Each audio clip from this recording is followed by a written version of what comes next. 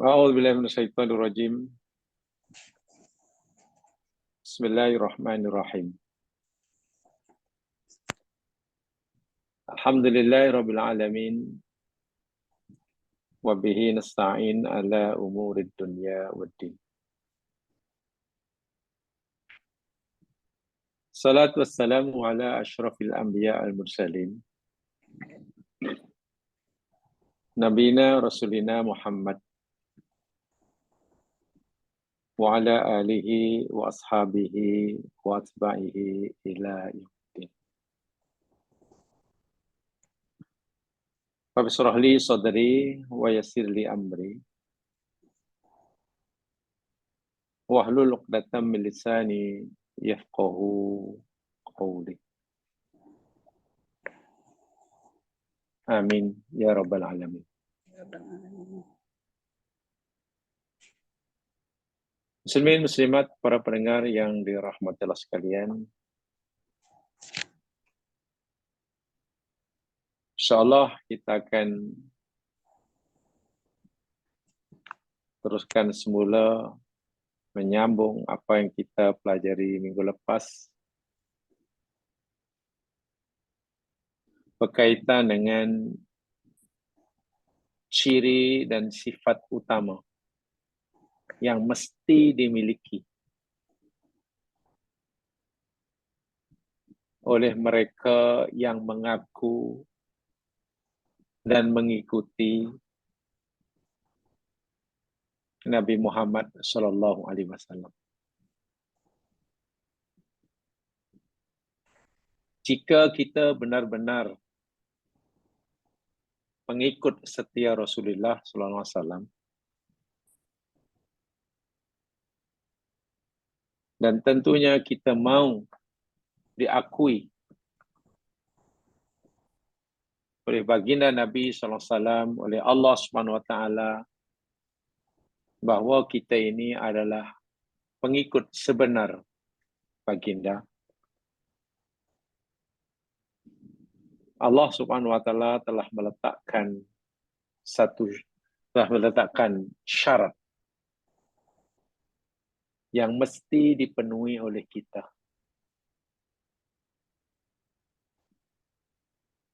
Tanpa syarat yang Allah telah tetapkan buat kita,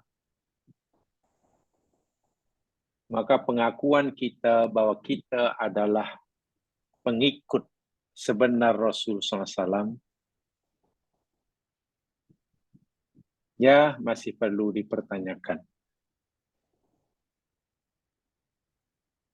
Karena syarat ini bukan ulama yang menentukan, bahkan bukan Rasulullah SAW sendiri yang menetapkan, sebaliknya Allah Subhanahu wa ta'ala. Syarat dan sifat yang mesti dimiliki oleh pengikut sebenar umat Nabi Muhammad SAW ialah sebagaimana dalam ayat yang kita jadikan tajuk, disebut dalam ayat kita sebut tajuk surah Al-Fathu ayat 29, asyidda'u 'alal kuffari ruhama'u bainahum. Dan juga ada dalam ayat yang lain, contohnya dalam surah Al-Ma'idah. Surah Al-Ma'idah ayat 54. Di sana Allah sebutkan sifat ciri utama pengikut Nabi SAW, adzillatin 'alal mu'minin, a'izzatin 'alal kafirin. Terjemahannya, pengikut setia Nabi Muhammad SAW yang sebenar itu yakni mempunyai sifat lemah lembut, sopan santun, tawadhu, penuh kasih sayang terhadap sesama mukmin, dan bersifat tegas terhadap kufar. Tidak memberi apa-apa tolak ansur terhadap orang-orang kafir. Sementara dalam surah Al-Fathu dibalik. Asyidda'u 'alal kufar ruhama'u bainahum.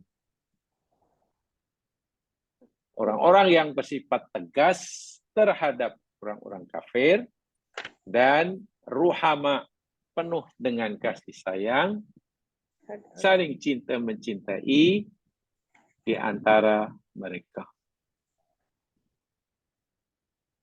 Minggu lepas saya telah berikan contoh tentang ketegasan Nabi terhadap orang kafir atau terhadap perbuatan-perbuatan kufur. Itu lebih jelasnya. Sikap tegas Nabi terhadap orang-orang kafir atau lebih tepatnya terhadap perbuatan-perbuatan kufur. Perbuatan kufur di sini maksudnya apa saja perbuatan, tindakan kita yang bercanggah dengan syarak. Itu maksudnya. Bersikap tegas terhadap orang-orang kafir. Bukan maknanya orang Islam mesti kejar orang kafir di mana saja lalu mereka dera. Bukan gitu. Tegas terhadap perbuatan kufur. Perbuatan kufur di sini maknanya apa saja tindakan perbuatan yang bercanggah dengan syarak. Siapapun pelakunya. Sama ada pelakunya orang mukmin atau orang kafir.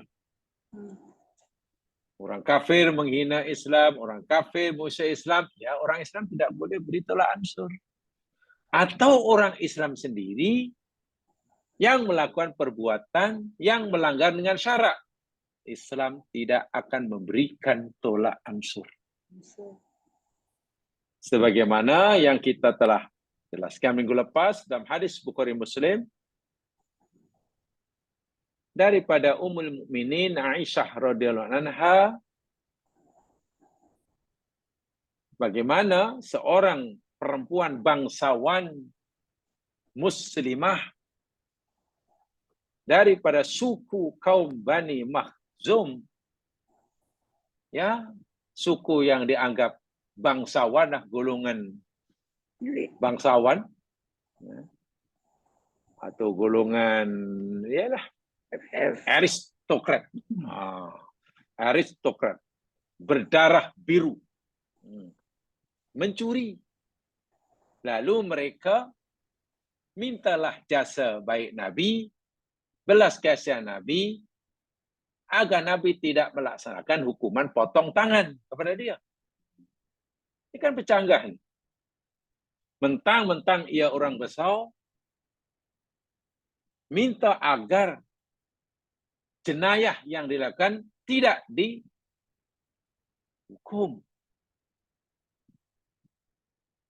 Dan yang jadi orang tengah, yang dijadikan orang tengah, yakni Usamah bin Zaid. Orang yang sangat dicintai oleh Nabi. Marah Nabi kepada Usamah. Sehingga hadis apa yang disampaikan oleh Nabi di penghujung khutbahnya, bahasa mudahnya, Usamah, jangankan hanya perempuan bangsawan daripada Bani Makhzum, jika anakku sendiri, putri kesayanganku sendiri, Fatimah, putriku, darah dagingku yang mencuri, aku sendiri akan kerat tangannya. Inilah yang diberikan asyidda terhadap perbuatan-perbuatan yang menyalahi agama, bersikap keras, tidak boleh diberikan tolak ansur. Adapun sesama Muslim, tengok, Nabi tidak mau menyusahkan orang Muslim. Bila solat, Nabi lama, panjang berdirinya, panjang bacaannya, panjang rukuknya.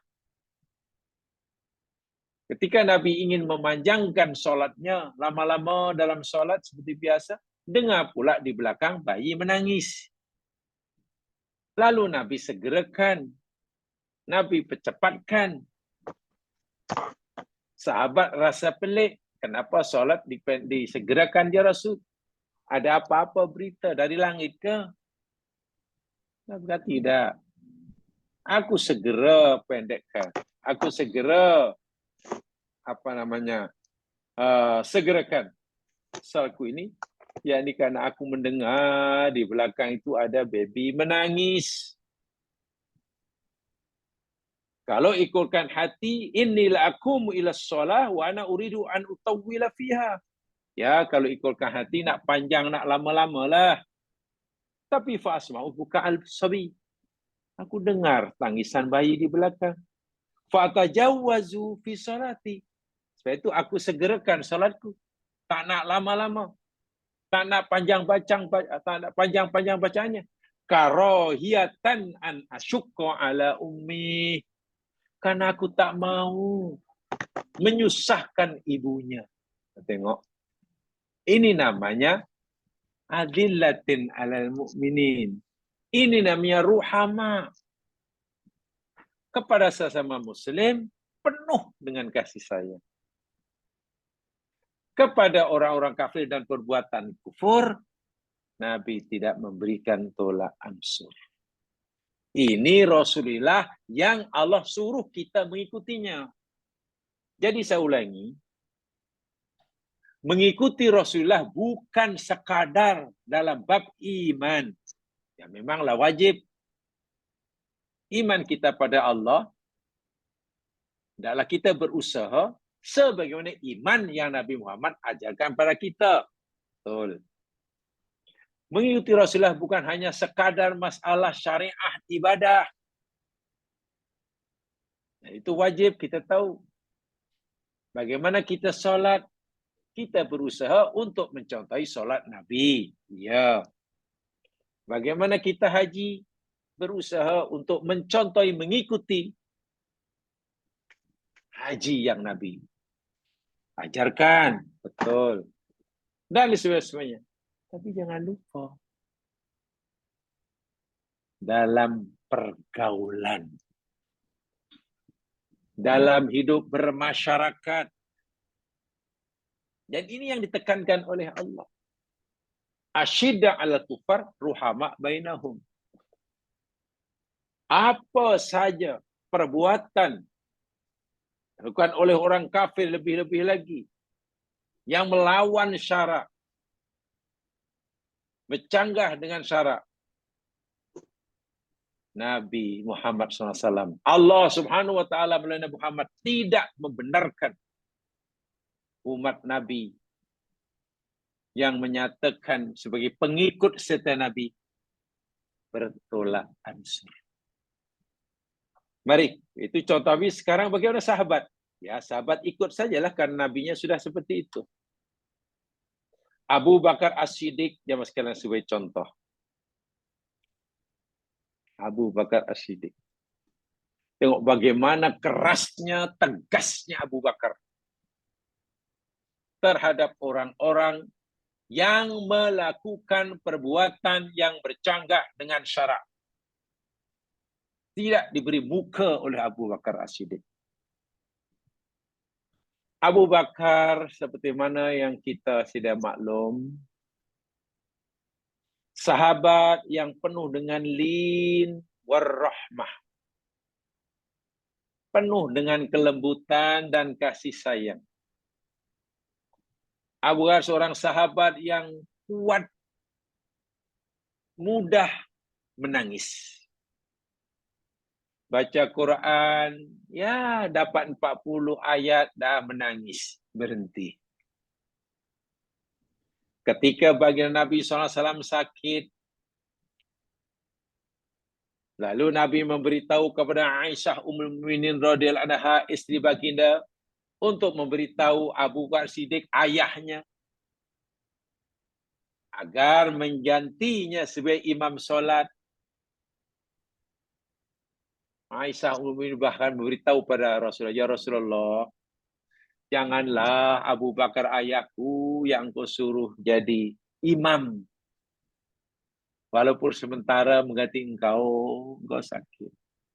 Ayahku aku ini orang yang mudah menangis. Tak tahan. Apa jadi nanti baca Al-Quran, baca surah Fatihah, baca ayat, baru aku menangis. Hatinya sangat lembut. Orangnya sangat lembut. Rekod Abu Bakar.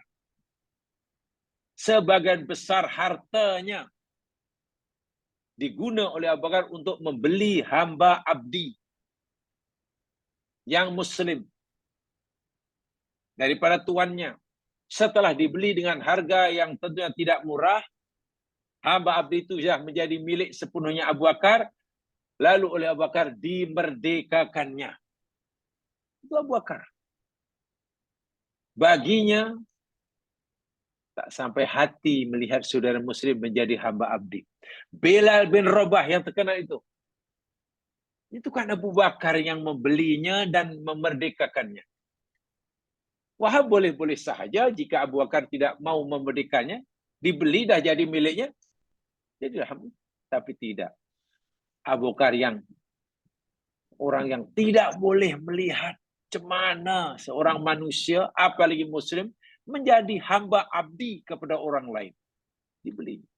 Lembut sekali. Tetapi, lama ja'at mas'alatur riddah ba'da wafatir Rasulullah sallallahu alaihi wasallam. Ketika Abu Bakar mengambil alih tampuk pemerintahan selepas kewafatan baginda Nabi, dan pada masa pemerintahannya, awal pemerintahannya, ada pula ramai pula orang-orang yang murtad sepeninggalan Nabi SAW. Murtadnya yakni bukan mereka mengisytiharkan keluar daripada Islam, tidak. Tapi mereka enggan membayar zakat. Karena bagi mereka, menurut mereka, zakat itu hanya wajib dibayarkan, diberikan pada Rasulullah. Rasulullah sudah wafat, tak wajib lah. Maka mereka tak nak bayar zakat lagi. Wahab bayar zakat ini wajib kepada ulul amri lah paling tidak. Abu Bakar ingatkan, mereka tak mau. Abu Bakar ingatkan, tak mau. Akhirnya sampai satu peringkat, mereka tetap tidak akan membayar zakat karena bagi mereka zakat dah tak wajib atas mereka oleh karena Nabi telah meninggal. Apa kata Abu Bakar? Wallahi lau mana'uni iqalan kanu yu'addunaha li Rasulillahi sallallahu alaihi wasallam laqataltuhum alaihi. Demi Allah,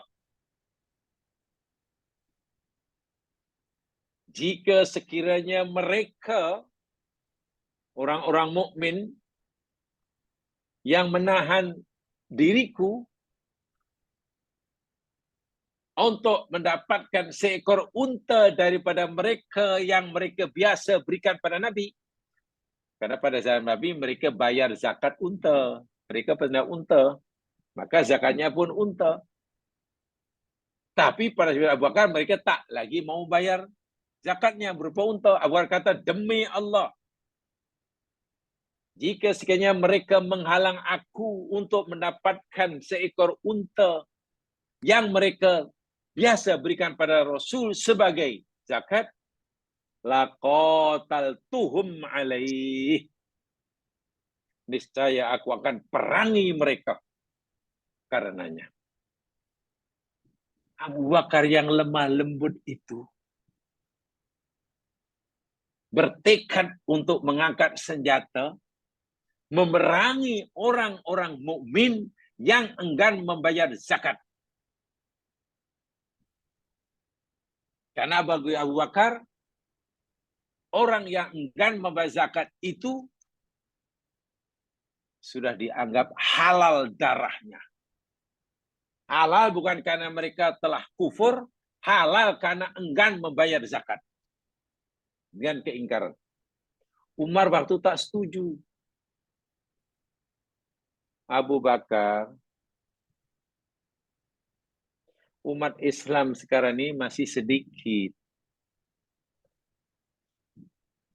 Dan mendakwahkan agama Islam pun nampaknya slow, berhenti. Dahlah umat Islam sedikit, usaha dakwah terganggu. Ini pula yang mesti kamu nak perangi. Jumlah Islam tidak bertambah, yang mesti kamu nak perangi pula. Macam mana Abu Bakar?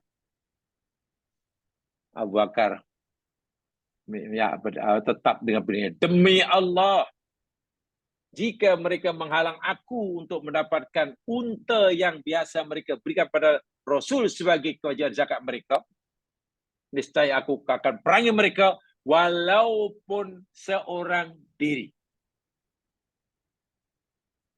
Bahasa mudahnya, bahasa kasarnya, Umar, kalau kamu tak setuju, tak ikut apa?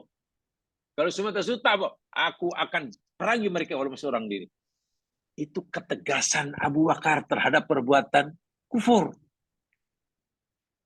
Lalu Umar pun ya akhirnya setuju lah. Umar kata yaqulahu ajabarun fil jahiliyah warun fil Islam. Orang yang luar biasa. Begitu tegas sekali terhadap perbuatan kufur. Menurut Aisyah Abu Bakar, orang mukmin yang tak bayar zakat itu boleh diperangi.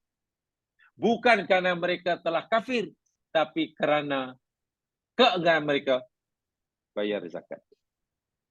Bayar zakat. Dan betul. Ya, akhirnya mereka diperangi oleh Abu Bakar dan diikuti oleh sahabat yang lain. Itulah ketegasan Abu Bakar. Umar bin Khattab tak kalah hebatnya. Tentang ketegasan Umar jangan tanyalah. Secara umum jamaah sekalian, orang yang sering kali minta kebenaran kepada Nabi SAW untuk penggal leher orang munafik adalah Umar. Di Madinah ramai orang munafik.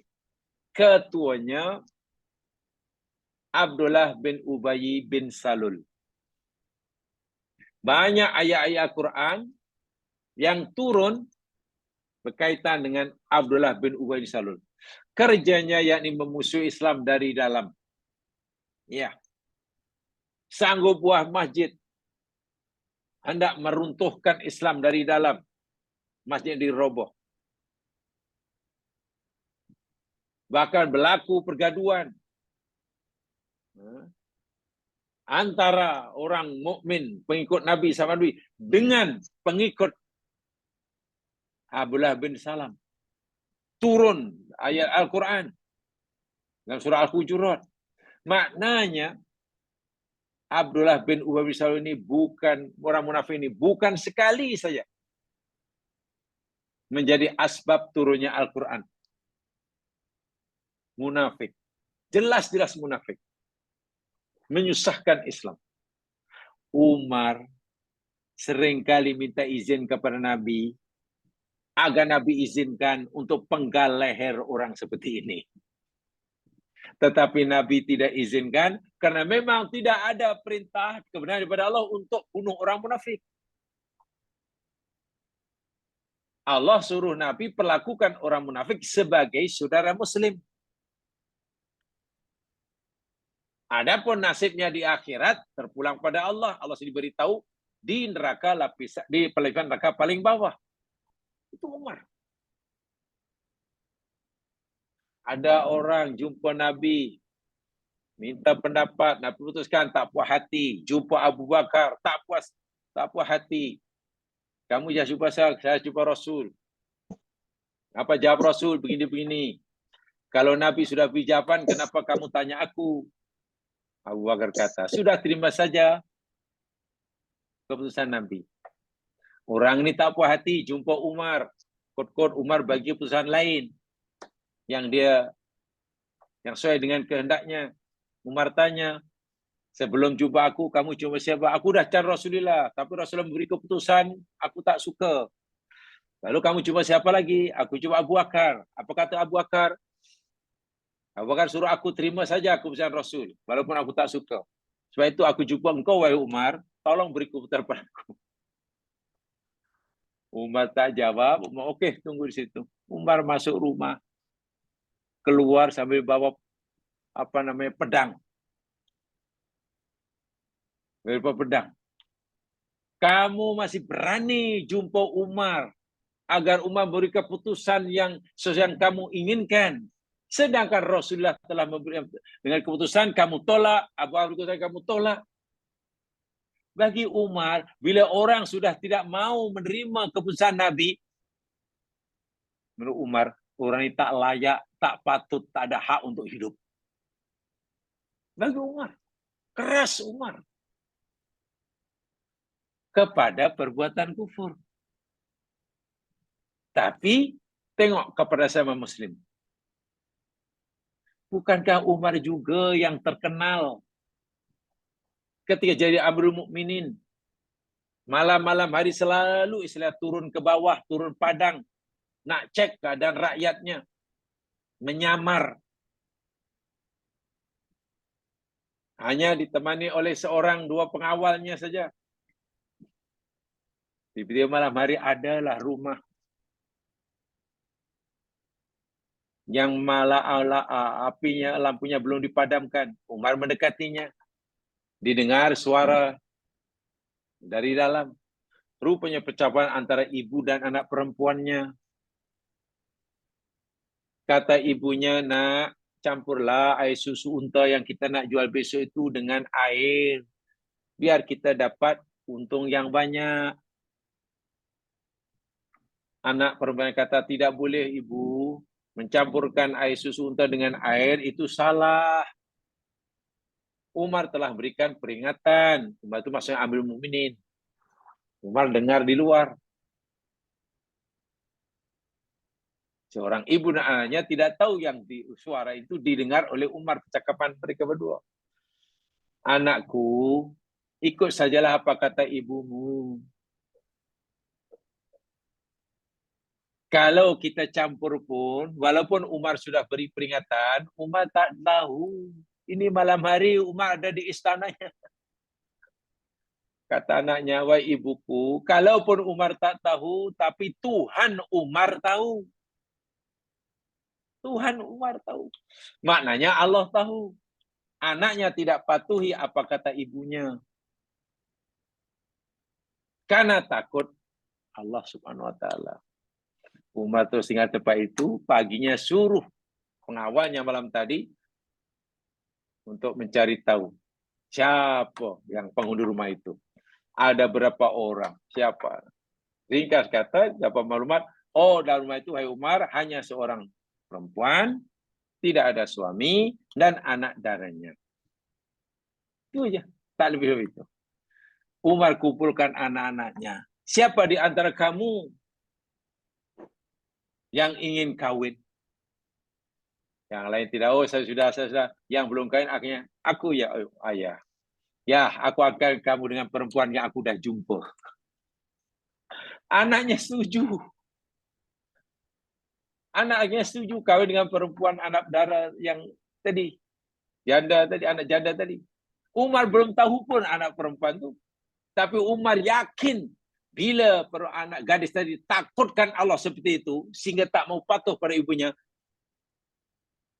Ini pasti perempuan yang hebat. Ringkas cerita, kawinkan dengan anaknya. Masya Allah.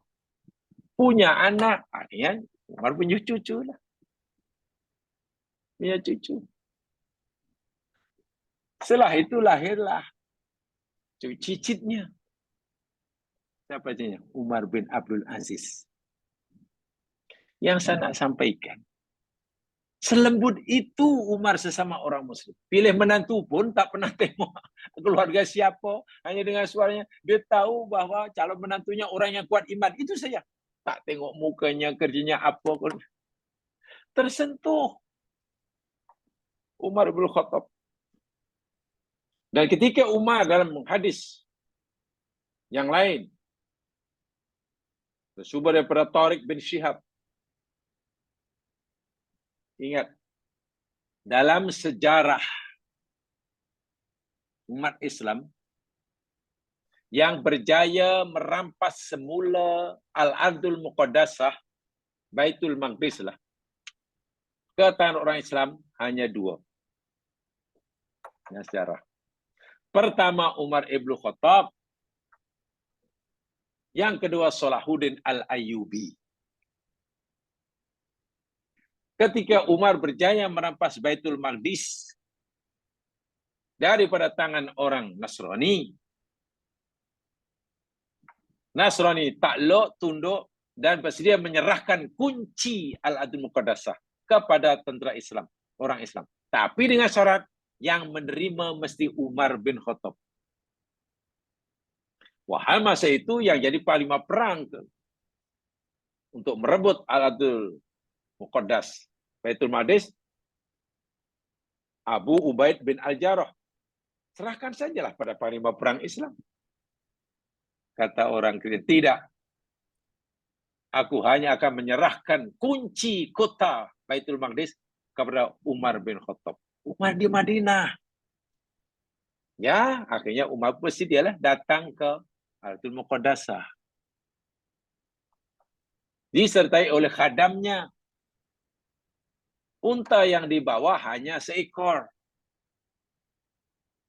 Madinah ke Al-Ardul Muqaddasah itu bukannya dekat. Puluhan kilometer. 100 lebih ke apa kalau tidak salah. Al-Ardul Muqaddasah. Lebih tu. Oh, lebih. 200. Jauh sekali. Jadi akhirnya Umar karena hanya bahasa ekor unta sebagai tunggannya, akhirnya buatlah perjanjian dengan khadamnya. Umar naik dulu, tunggang dulu unta itu, khadamnya pegang talinya.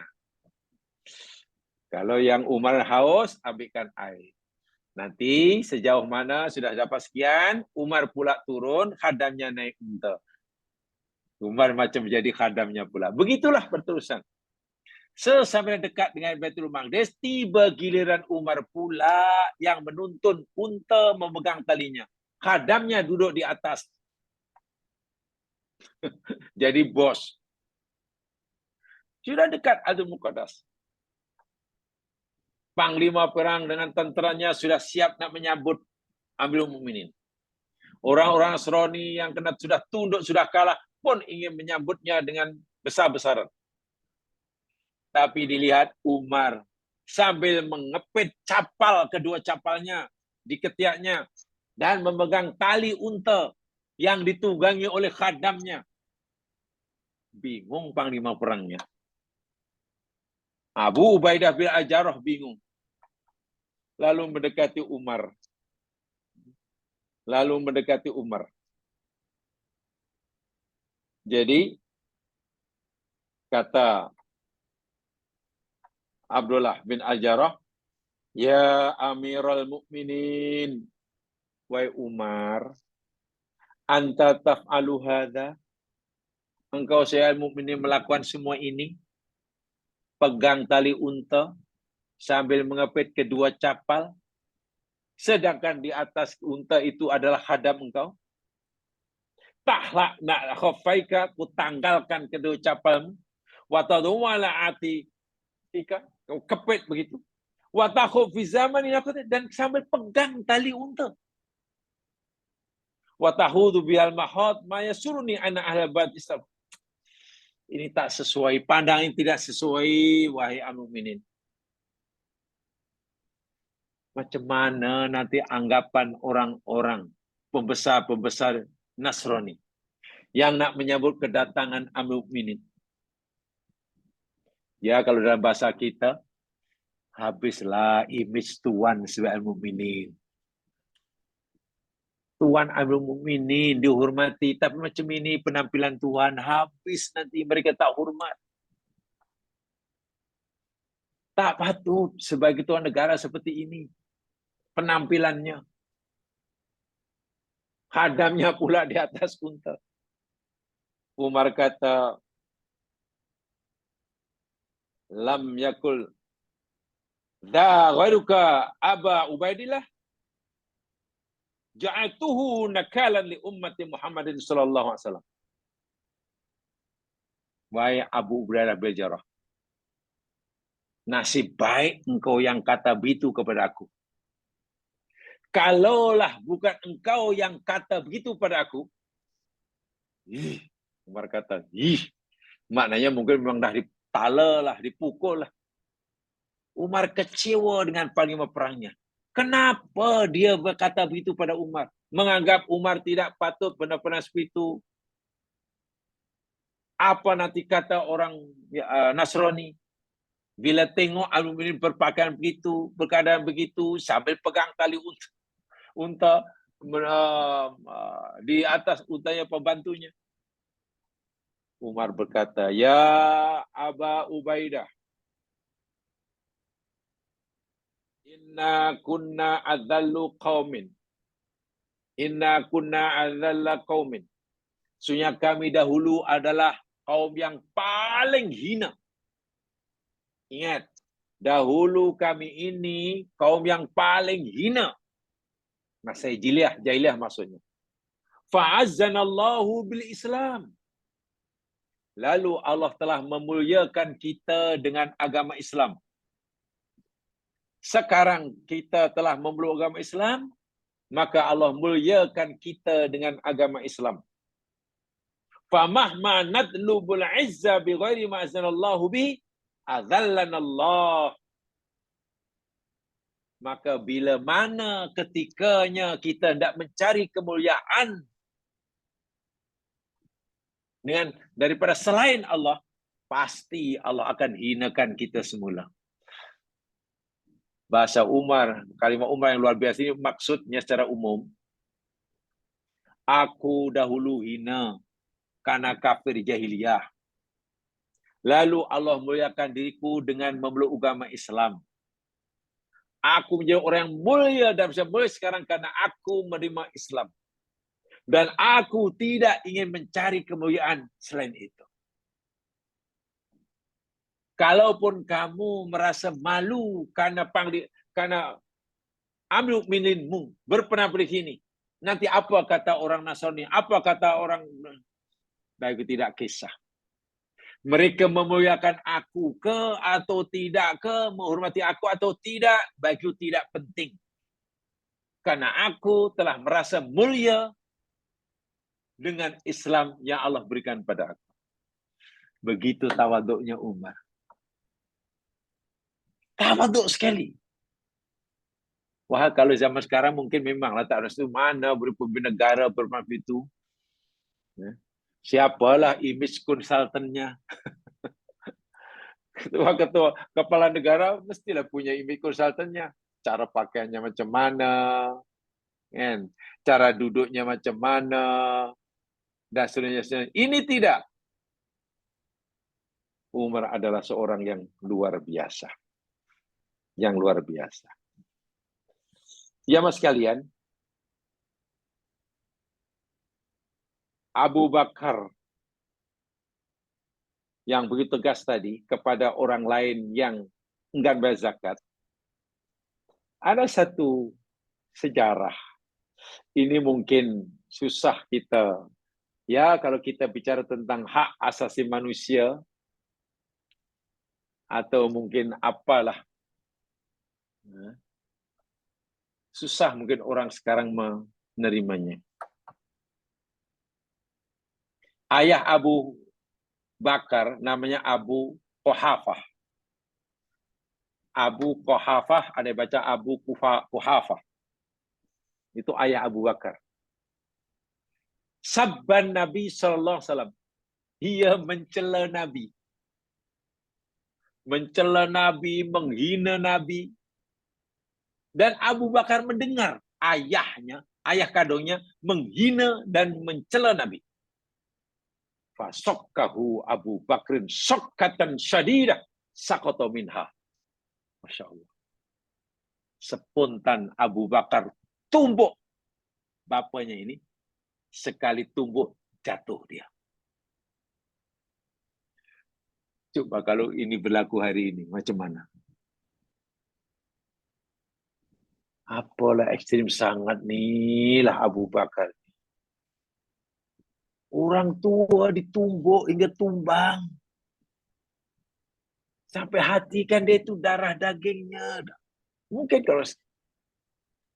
Lalu berita ini disampaikan kepada Rasulullah. Ya Rasulullah, tempoh hari Abu Bakar tumbuk bapak dia hingga tumbang.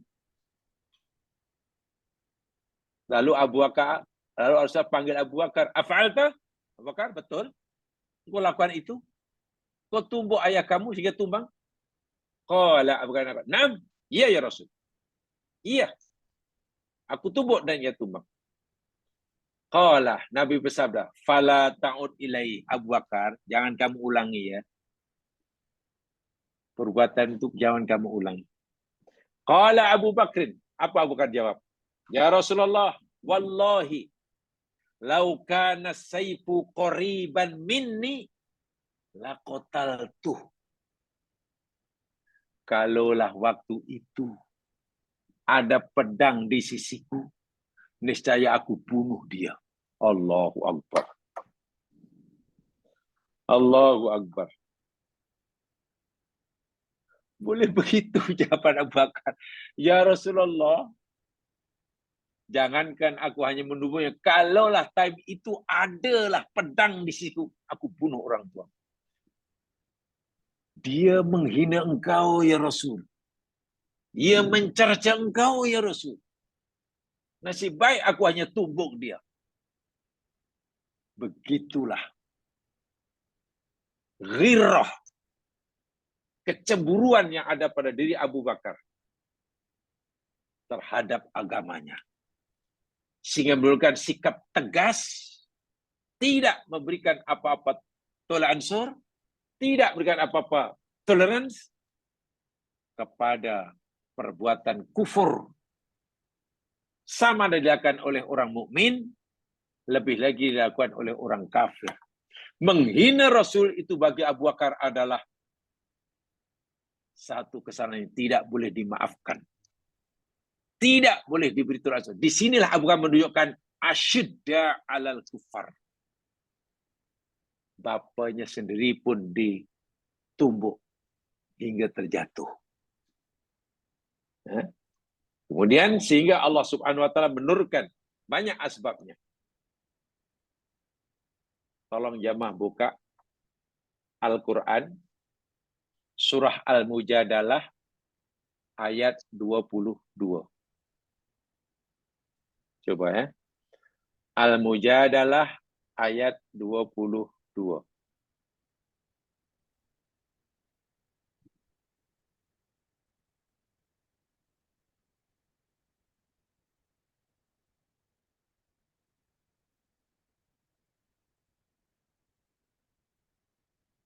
Surah yang ke-58.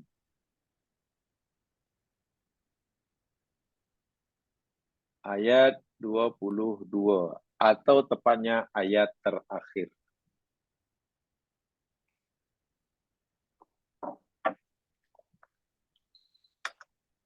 A'udzu billahi minasy syaithanir rajim. La tajidu qauman yu'minuna billahi wal yaumil akhir. Tidak engkau dapati, wahai Muhammad, tidak akan engkau jumpai, wahai Muhammad, satu kaum yang beriman kepada Allah dan hari akhirat, yuwaduna man haddallaha wa rasulah. Mereka saling cinta mencintai, menumpahkan kasih sayang dengan orang yang memusuhi, memerangi Allah dan Rasulnya. Tidak mungkin ada. Engkau tidak akan mendapati orang yang benar-benar beriman pada Allah, benar-benar beriman pada hari akhirat. Orang ini menjalin hubungan kasih sayang, saling menumpahkan kecintaan dengan orang yang memusuhi Allah, merangi Allah dan Rasulnya. Tidak ada. Walau kanu aba, walaupun mereka itu bapa mereka sendiri. Au abna'ahum, atau anak-anak mereka sendiri. Au ikhwanahum, atau saudara mereka sendiri. Au ashirotahum, atau keluarga mereka sendiri. Maknanya, orang yang benar-benar beriman pada Allah dan Rasul itu ada cirinya. Mereka tidak mungkin menaruh kasih sayang kepada orang yang memusuhi, memerangi Allah dan Rasulnya, walaupun orang itu bapa sendiri, anak sendiri, saudara sendiri, keluarga sendiri. Sebab itu bila Abu Bakar pukul orang tuanya, Abu Bakar melihat waktu itu yang dilihat bukan ia sebagai orang tuanya. Benar itu orang tuanya yang menyebabkan kewujudan di alam dunia. Tetapi Abu Bakar melihat telah memerangi Allah ini. Ini musuh Allah ini. Musuh Allah. Lalu Allah katakan, tidak mungkin orang yang beriman pada Allah dan yang seperti Abu Bakar ada rasa kasihan kepada orang yang memusuhi Allah hanya karena ia bapak mereka sendiri. Sehingga Abu Bakar bertolak ansur ketika melihat, mendengar orang ini mencela Rasulullah. Inilah ciri orang mukmin. Agama Allah itu adalah segala-galanya. Orang mukmin sanggup mempertaruhkan apa saja demi cintanya kepada Allah dan Rasulnya. Itu maksudnya. Yang masih di dalam ayat, ada dalam riwayat. Yang dikatakan Imam At-Tabrani, Imam Hakim, Imam Baihaqi, Abu Ubaidah bin Al-Jarrah yang menjadi panglima perang yang diutus oleh Umar untuk membebaskan Baitul Maqdis itu, rekodnya sejarah mencatat Abu Ubaidah bin Al-Jarrah telah membunuh bapaknya sendiri dalam perang Badar. Bayangkan. Abu Ubaidah bin Al-Jarrah orang Muslim. Ia tentara Islam, menyertai Nabi maju ke medan perang Badar. Ayahnya, yakni Al-Jarrah, bergabung dengan orang kafir karena dia kafir. Di bawah panglima mereka, arahan mereka, Abu Jahal. Abu Jahal. Berjumpa, bertembung di medan Badar. Abu dah kenal, itu ayah saya. Bukan lupa, itu ayah saya. Tapi kan di medan perang, Islam dan kafir, pandangan Abu Ubaidah kepada itu ayah tidak menghalanginya untuk saling kejar mengejar, tikam menikam, sehingga Abu Ubaidah berjaya membunuh bapak dia sendiri. Coba kalau kita tanya kepada pejuang hak asasi manusia hari ini, macam mana agaknya? Betul-betul itu tidak punya peri kemanusiaan. Tapi justru perbuatan seperti ini Allah muliakan, Allah iktiraf, Allah benarkan. Turun ayat. Mujadalah ayat 22 ini pengiktirafan Allah. Dan Allah mengatakan, ya memang sepatutnya orang mukmin bersikap seperti tegas setegas-tegasnya. Keras sekeras-kerasnya terhadap orang-orang kafir. Kecintaannya kepada Allah dan Rasulnya, sayangnya pada agama Allah dan agama Rasulnya, mengatasi, mengalahkan kasih sayang kepada orang tua sendiri. Karena apa? Mereka tidak lagi menyayanginya, bukan karena dia bukan orang tuanya, karena ia musuh Allah. Pandangan Abu Idah kepada orang ini, ia bukan sekadar bapakku, tapi aku lebih melihatnya, ia sebagai musuh Allah. Masya Allah. Sehingga aku tidak boleh ada rasa kasihan. Itu Abu Idah Al-Jarrah. Jadi bunuh ayahnya sendiri. Kemudian, di samping itu banyak. Di antara mereka, Umar bin Al-Khattab, umpamanya. Umar bin Al-Khattab dalam perang Badar, membunuh pakciknya sendiri. Umar membunuh pakciknya. Adik lelaki ayahnya. Namanya As bin Hisham. As bin Hisham itu pakcik Umar bin Khattab. Bertembung di medan Badar. Umar sebagai orang Islam, pakciknya sebagai orang kafir. Yang berjaya membunuh As bin Hisham, yakni Umar, anak saudaranya. Masya Allah. Itu luar biasa itu. Ya. Pembuatan sesuatu sudah. Subhanallah. Jadi bagi mereka, bukan lagi halangan. Hubungan saudara mara. Bahkan hubungan darah tidak menjadi penghalang bagi mereka untuk terus mencintai Rasulnya. Mencintai Allah. Karena Allah telah meletakkan syarat, ciri dan syarat utama yang mesti dimiliki oleh pengikut Muhammad. Walladzina amanu ma'ahu asyidda 'alal kufar.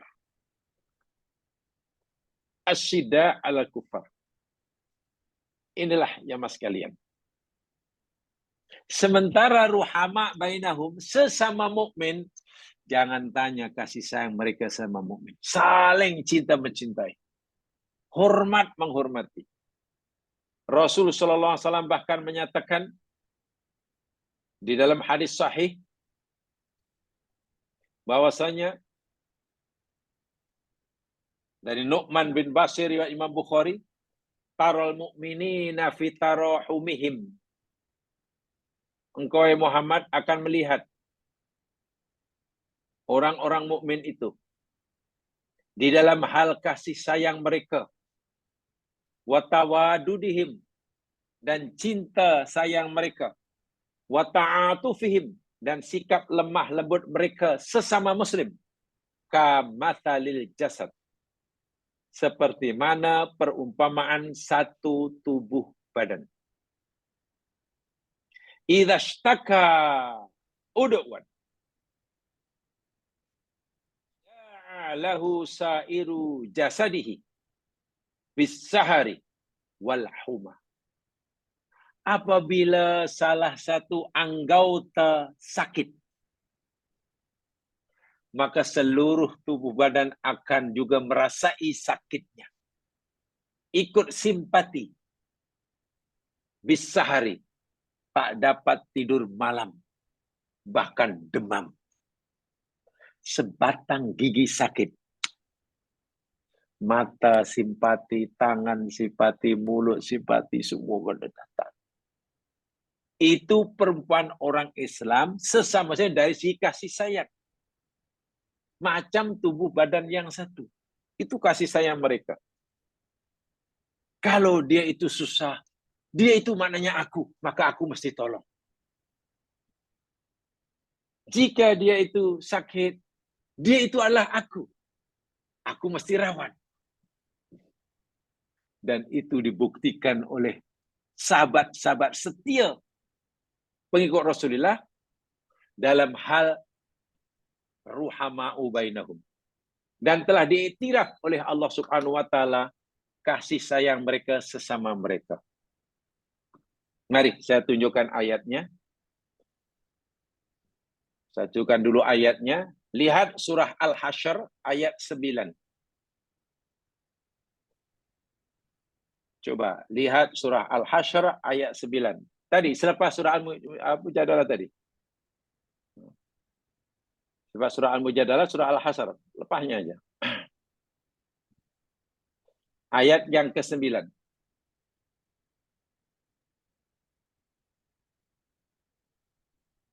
A'udzu billahi minasy syaithanir rajim. والذين تبوأوا الدار والإيمان من قبلهم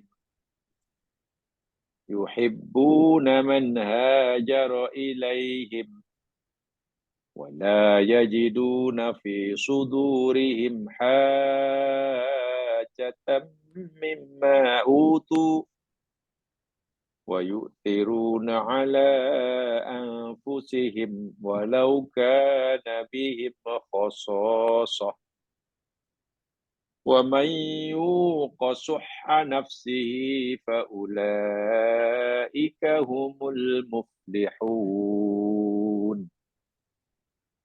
Al-Hasyr ayat 9.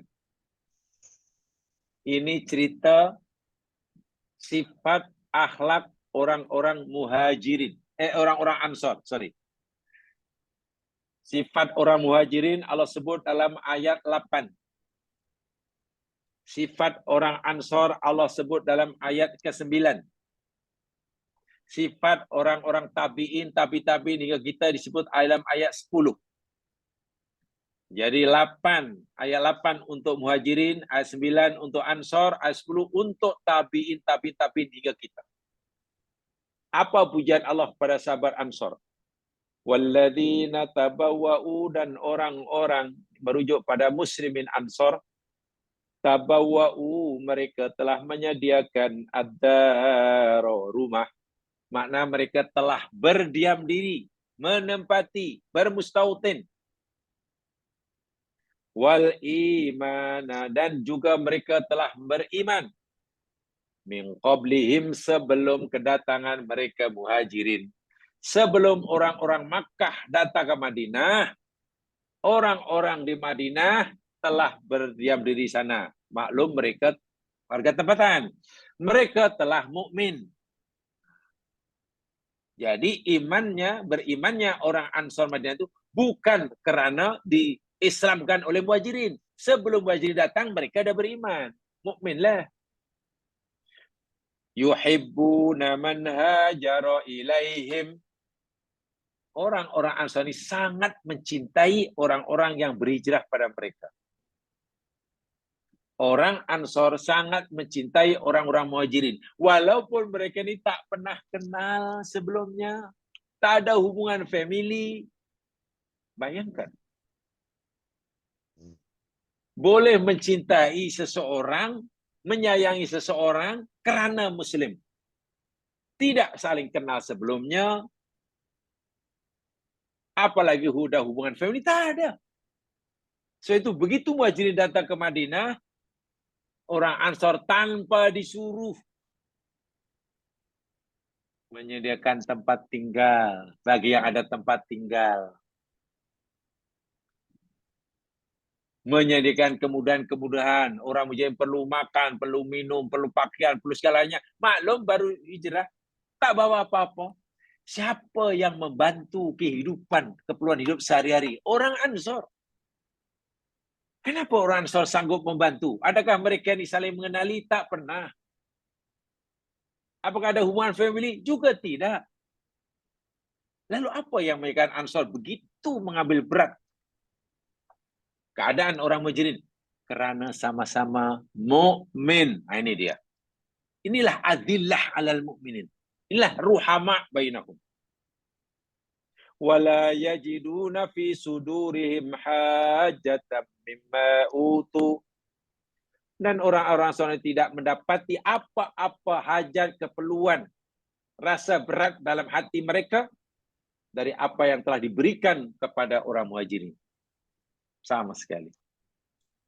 Karena memang mereka bukan karena ada kepentingan, Tapi semata-mata karena saling kasih mengasihi, sayang menyayangi, diikat oleh karena persamaan akidah dan agama. Wa yu'thiruna ala anfusihim, dan orang-orang Ansar ini lebih mengutamakan orang lain atas diri mereka sendiri. Walau kana bihim khassasah, walaupun adalah bagi mereka ada keperluan. Nanti dijelaskan. Wa may yuqassuha nafsihi, dan siapa saja telah terpelihara daripada kekikiran kebakilan dirinya, fa ulaika humul muflihun. Orang-orang itu merekalah orang-orang yang berjaya. Ya mas sekalian, begini ya. Allah memuji orang-orang Ansar begitu hebat sekali. Orang Ansar kebanyakan yakni kaum Bani Aus dan Khadraj yang telah memeluk agama Islam sebelum kedatangan orang Islam Madinah, orang Islam Makkah ke Madinah. Dan dengan kedatangan orang Islam Makkah ke Madinah, Nabi Muhajirin mereka sangat seronok, mengalu-alukan kedatangannya. Bahkan disediakan tempat tinggal dan dibantu mata pencariannya keperluan hidupnya. Hubungan kasih sayang sesama Muslim tidak ada tolok bandingannya di kalangan pengikut Nabi ini. Sehingga Allah iktiraf. Dan inilah ciri utama pengikut Rasulullah. Sesama Muslim berkasih sayang. Terhadap perbuatan kufur tidak ada tolak ansur. Baik, saya ingin sampaikan satu riwayat saja. Riwayat ini bersumber daripada Abu Hurairah radhiyallahu anhu.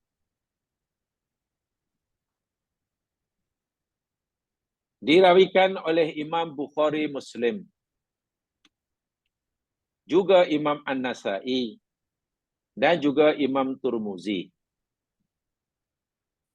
Kisahnya begini. Ata rajulun ilan Nabi sallallahu alaihi wasallam, ada seorang lelaki berkunjung menjadi tetamu Rasulullah SAW di Madinah. Orang Muslim nih. Wa nazala dhaifan alaihi, dan dia jadi tetamu Nabi lah. Yasku halahu hajatahu. Dia jadi tamu Nabi dan juga ingin menyampaikan hajat dan keperluannya. Ringkas kata, tetamu ini orang Muslim yang susah. Perlukan bantuan daripada Rasulullah.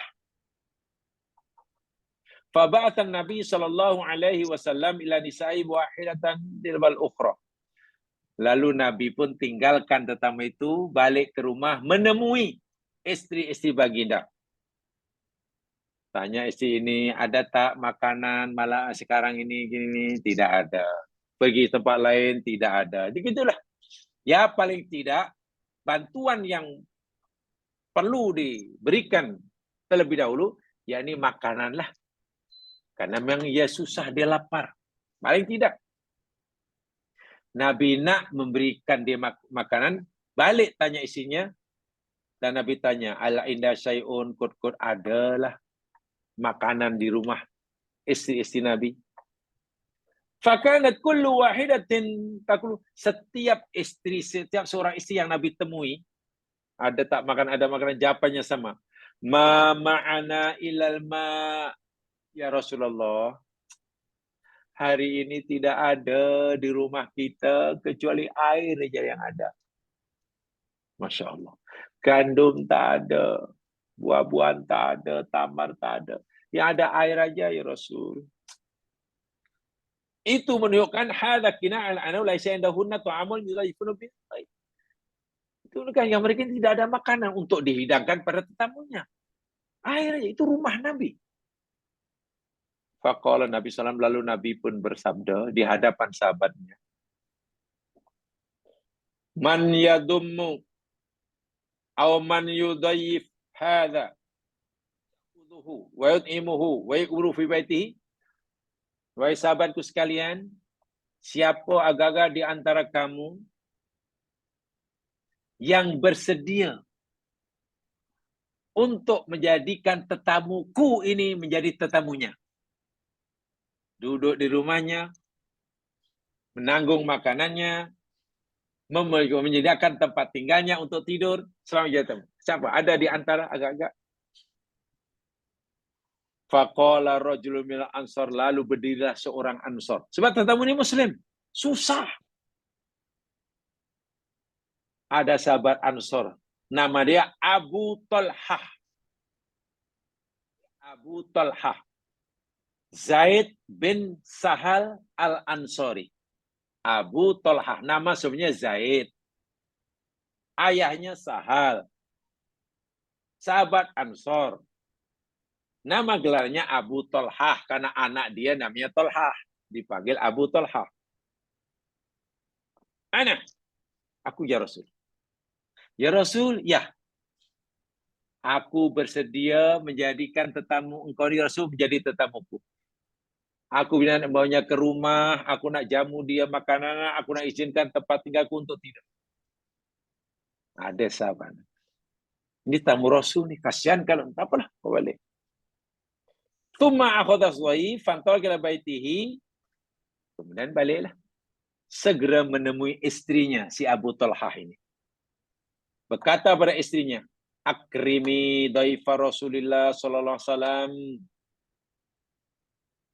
Wahai istriku, muliakanlah tetamu Rasulullah ini. Ini tetamu Rasul.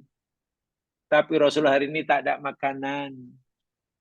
Lalu akulah yang bisa menjadikannya, mengambilnya sebagai tetamu kita. Mari kita hormati Rasul ini. Kita sediakan makanan, kita bagi tempat tinggal untuk bermalam, dan seterusnya, dan seterusnya. Faqalat, kata istrinya, ma indana ila kutus sibyani. Wahai suamiku, hari ini kita tidak punya makanan. Kecuali hanya makanan untuk anak kita yang masih kecil itu. Memang ada makanan, tapi makanan itu peruntukan untuk anak kita yang masih kecil. Aila sa'indahum ila asa'u tilka lail ladzi yakfi atfaluhum faqat.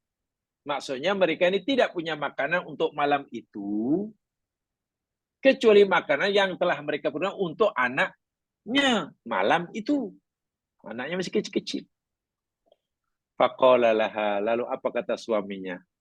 Karena sudah bersedia menerima tetamu Rasulullah ni. Haji itu amaki. Ay adi ma'al hayatil ladzi satuqaddam itu. Sekarang ginilah. Makanan yang kita nak peruntukan untuk anak kita tu kamu hidangkan elok-elok. Letak elok-elok sebagaimana kita menyediakan makanan untuk tetamu. Walaupun itu makanan anak kita. Susun elok-elok. Biar malam nanti kita ajak tetamu itu makan. Tempatnya ya seperti mana lah tetamu lah. Dan kemudian nanti bila dah malam hari, nawwimi sibyana. Anak-anak kita yang kecil itu segera tidurkan awal. Masya Allah. Jangan lambat tidur. Tidurkan awal. Walaupun belum makan. Dan setelah hidangan itu kamu sediakan. Sediakan. Asbihi sirojak. Kamu berdiri, tinggalkan, dan pura-pura membetulkan lampu, tapi maksudnya padamkan lampunya. Artinya betul. Istrinya mengikuti arahan suaminya. Tiba bola hari, tetamu dijemput makan, dihidangkan makanan, anak sudah tidurkan awal dalam keadaan kelaparan. Tiba nak santap makanan itu, istrinya padamkan lampunya, gelaplah rumah itu. Kerap. Ajli banu mihim hatta la yudikal ju'. Dan segeralah lakukan itu. Budak-budak pun biar cepat tidur supaya dia tak rasa lapar. Wa talabat ta'am fa ata'atil mar'atu zawjaha, mintalah makanan kepada istrinya mengikuti apa arahan suaminya, fa ya ta'amaha, ya kan makan sesuai arahan suaminya, wa ridha fi lalu disediakan pada untuk tamunya, fa da'atul misra wa mati simana sighar bi ghairi isain, lalu segera tidurkan anaknya sebelum makan malam. Tu makan ta'am li dhaif, kemudian hidangkan makanan untuk tetamu. Tu maqamat ka'anna tusik fi raja fatwaha, lalu pura-pura berdiri untuk menekan lampu, tapi sebenarnya dia nak padamkannya. Fadlamatid bait, rumah pun gelap. Faja'ala yatadhaharani annahuma ya'kulan bi tahriki asninahima wa madda aydahuma. Dalam keadaan gelap itulah si lelaki tuan rumah itu makan bersama tetamunya. Sementara tuan rumahnya pura-pura je makan. Tangannya pura-pura pegang sambil lah pura-pura mengunyah. Gigit-gigit begitu. Keluarlah suara bunyi gigi. Tetamunya pun lahap makanya. Hatta yakulat dhaif minat ta'am. Tetamunya pun makan dengan selera. Lapo katakan. Dia kenyang habis sedikit. Wa hatta la yasura aidan bikillati. Fabata zaujani. Habis makan dikemas. Tetamu tidur. Tuan rumah pun tidur dalam keadaan ja'i'ain min ghairi asya. Kedua-duanya lapar mengikat perut hingga pagi hari. Anaknya pun kelaparan. Tengok. Hanya ada makanan untuk anak. Diberikan kepada tetamunya. Tetamu itu tamu Rasulullah. Rela mengorbankan dirinya sendiri. Sanggup berlapar. Janji tetamunya kenyang. Dia lakukan itu karena ingin pujian ke? Siapa nak puji? Di rumah sini. Tak ada orang nampak. Ingin dapat sijil ke? Sijil apa ke benda? Ingin dilantik jadi menteri. Menteri apalah. Betul bila hanya kerana Allah. Kerana sayangnya ini orang Muslim. Ini tetamu Rasul. Cintanya kepada tamu Rasulullah. Seorang Muslim. Sehingga rela mengorbankan dirinya. Anaknya tidur dalam keadaan lapar. Sudah, selesai begitu. Falamma an asbahal ansari ghadan. Pagi-pagi semua cergas, ya seakan-akan tidak ada berlaku ada apa-apa yang istimewa di rumah malam tadi. Tak ada benda di sini. Lah ya jamu orang, dia lapar jamu orang makan takkan istimewa sangat. Macam tu. Ya, dia pun tak cerita. Kalau cerita itu namanya sum'ah. Kalau dia cerita sum'ah, dah sia-sia amalnya. Dia aja, tak ada orang tahu. Sebagaimana biasa, pagi-pagi, ya pergi masjid lah. Jumpa Rasulullah, nak sembahyang subuh, jumpa Rasulullah. Tak tahu macam mana selepas solat Nabi bertemui orang ini, dia bukan dia nak cerita pada Rasulullah. Tak ada cerita siapapun. Tapi lepas solat Nabi, pergi jumpa orang ni, fadhahikan. Faqala, lalu Nabi bersabda, dhahikallahu al-lailah ajiba min fi'alikuma. Saudaraku, malam tadi Allah tertawa. Allah tersenyum. Allah kagum terhadap perbuatan kamu berdua. Maknanya engkau suami dan istri engkau. Ya terkejutlah orang ni. Apa ya Rasul? Kenapa Allah gembira melihat? Wah, dia tak tahu, tak bagi tahu siapa pun. Yang tahu hanya istrinya, anaknya pun tak tahu. Tetamu pun tak tahu. Tapi ingat, perbuatan yang nampaknya remeh dan kecil ini, kalau kita lihat daripada sudut ekonomi, agaknya berapa ringgit nilai makanan anak yang diberikan kepada tetamunya.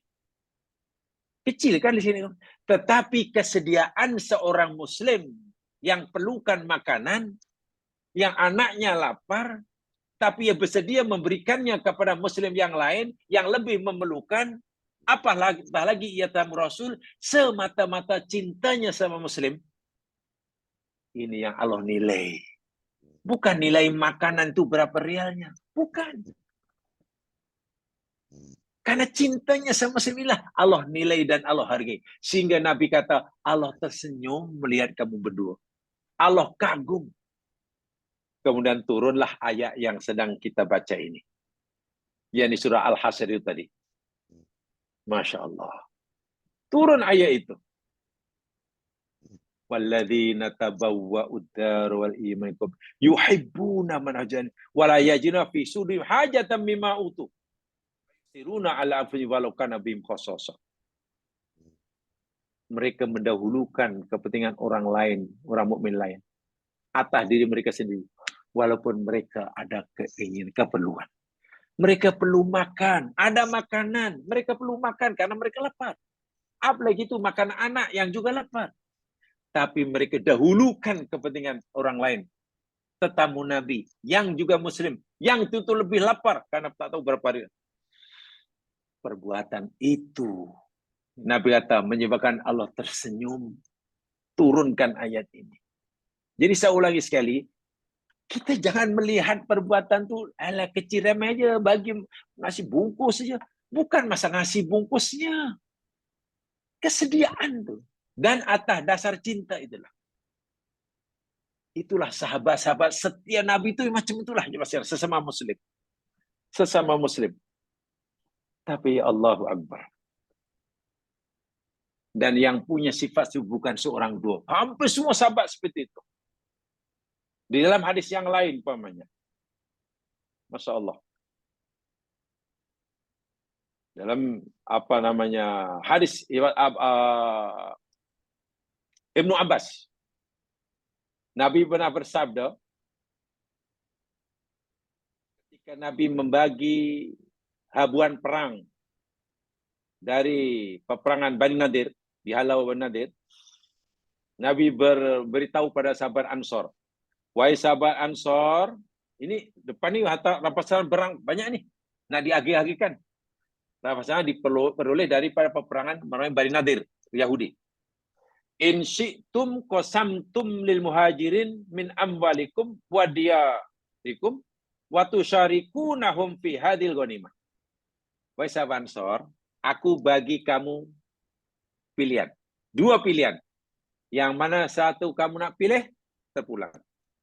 Pilihan pertama, jika kamu mau dengan sukarela berkongsi hartamu dan rumahmu dengan orang-orang muhajirin, karena muhajirin tak ada rumah, mereka datang selai sepinggan, tak ada harta.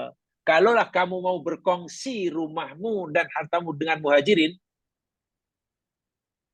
aku akan berikan pada kamu rampasan perang ini. Habuan rampasan perang aku berikan pada kamu sebagaimana aku berikan pada muhajirin. Jadi kalau kamu ingin habuan rampasan perang, kamu mesti dia berkongsi rumah dan harta dengan muhajirin. Itu pilihan pertama. Pilihan yang kedua, wa in syi'tum kanat lakum diyarukum wa amwalukum wa lam yuksab lakum syai'un minal ghanimah. Tapi bila kamu tak mau berkongsi rumah dan berkongsi harta dengan muhajirin, aku tak bagi kamu ghanimah lah. Nah, pilih satu di antara dua. Kalau kamu mau ghanimah, rampas perang, kamu mesti bersedia berkongsi rumah dan harta dengan muhajirin. Tapi kalau kamu tak mau berkongsi rumah dan harta benda, aku tak bagi kamu ghanimah. Pilih satu. Yang mana satu? Tak salah karena ini pilihan. Nabi suruh pilih. Apa kata Ansar? Ya Rasulullah, bal nuqsimu lahum fi amin amwalina wa diyarina wa nu'thiruhum bil ghanimah. La nusyarikuhum fiha. Rasulullah, aku tak nak memilih dua pilihan yang engkau tawarkan. Kedua-duanya aku tak nak. Dua pilihan yang engkau tawarkan kami tolak. Sebaliknya, kami bersedia berkongsi rumah dan harta kami dengan muhajirin, dan kami tidak maukan, tidak inginkan ghanimah. Ghanimah engkau berikan semuanya pada muhajirin, dan kami juga bersedia berkongsi. Pelik tak pilih pilihan Ansar itu. Nabi suruh pilih. Kalau kamu nak ghanimah, kamu mesti dia kongsi rumah dengan muhajirin. Tapi kalau kamu tak nak, kamu tak dapat ghanimah. Jawaban Ansor pelik. Tidak ya Rasul.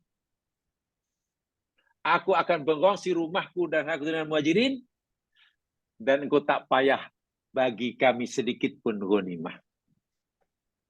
Turun ayat wa yusiruna ala anfusihim walau kana bihim khassasah wa may yuqasuhan nafsi falahu. Inilah sifat-sifat mukmin sejati sesama muslim. Kasih sayangnya luar biasa. Sekarang ini jamaah kalau kita perhatikanlah di dunia Islam, khasnya saya tidak cerita dunia kafir, itu urusan orang kafir.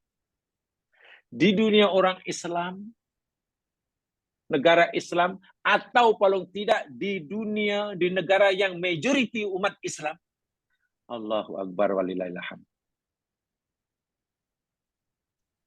Caci mencaci, pertengkaran, tuduh menuduh, pergaduhan, hina menghina sesama muslim itu macam begitu ketara sekali. Macam mana tuh? Sedangkan Allah dah meletakkan syarat. Kalau kita mau diterima oleh Allah sebagai pengikut setia Nabi, dia ada cirinya. Cirinya mesti berkaitan sama muslim, bukan saling bergaduh. Mengeratkan perpaduan persatuan, bukan malah saling tak rasa bersalahkah kita seorang muslim. Minta maaf kalau dalam bahasa agak kasar, tidak malukah kita mengaku sebagai umat Nabi jika syarat yang diberikan oleh Allah untuk jadi umat Nabi itu kita tidak lakukan? Di mana kita nak meletakkan muka dengan? Ya Rasulullah, aku pengikut setia engkau ya Rasul. Kami adalah hamba umatmu ya Rasul. Kami tak ya Rasul. Lalu Nabi kata, betul ke?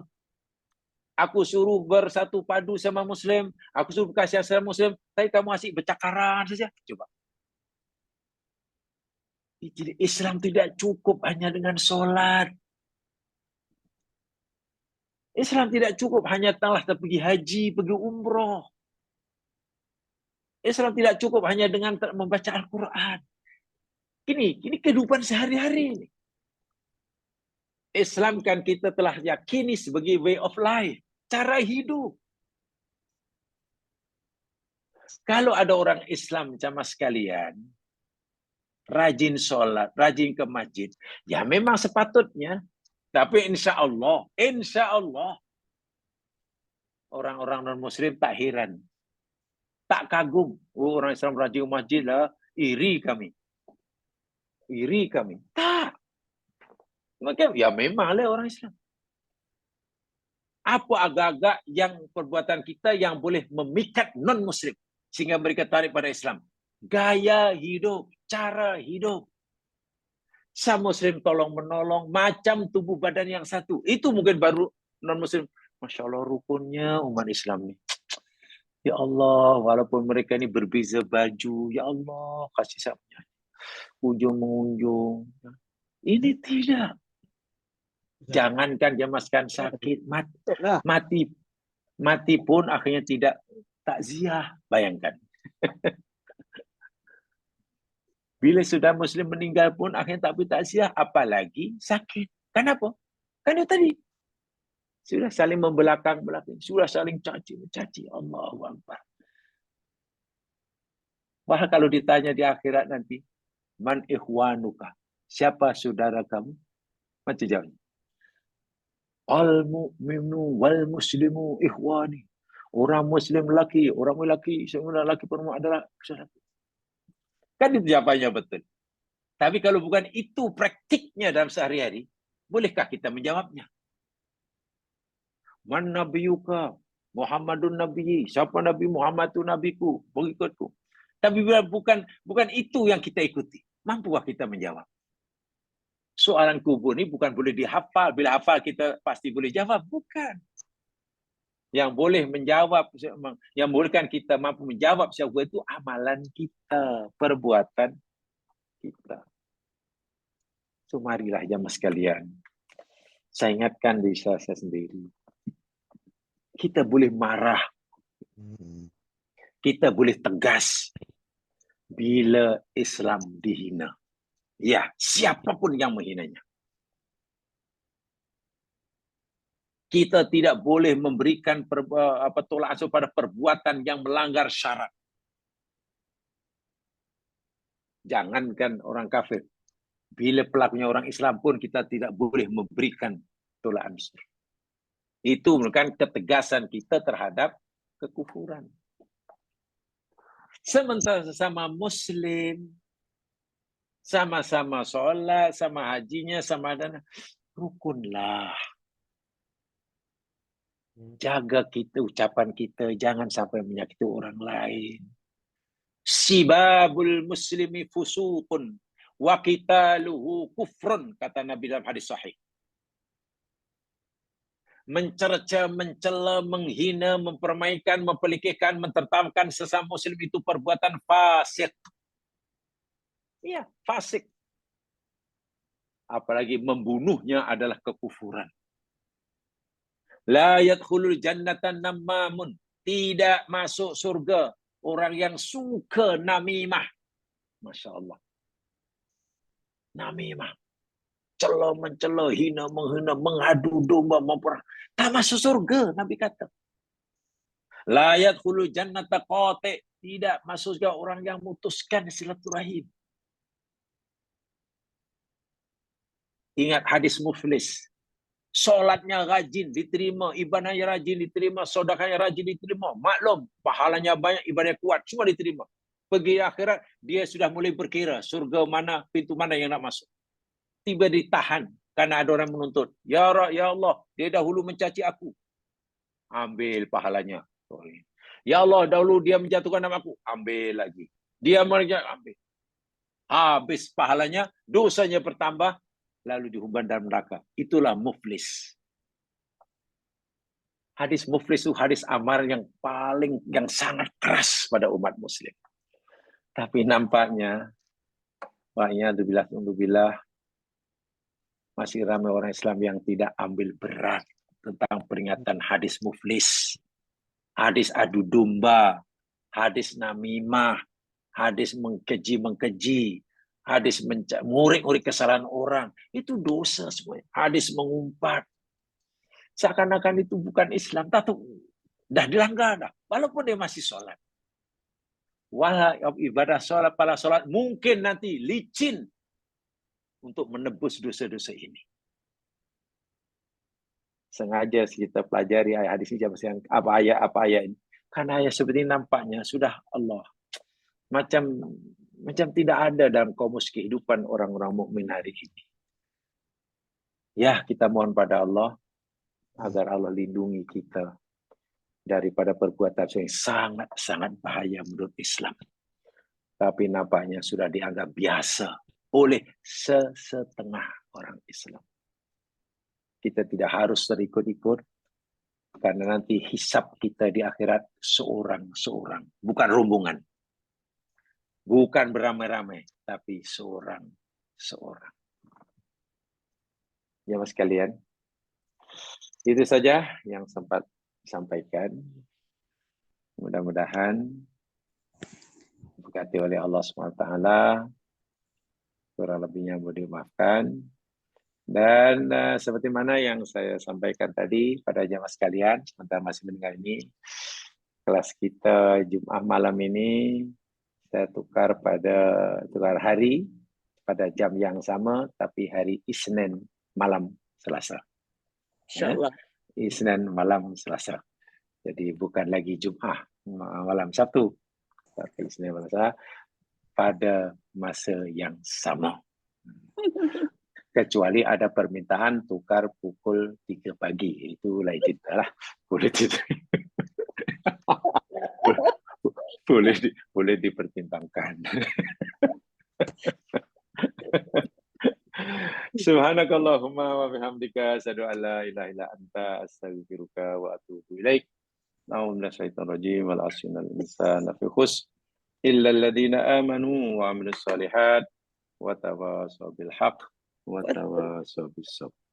Assalamualaikum warahmatullahi wabarakatuh.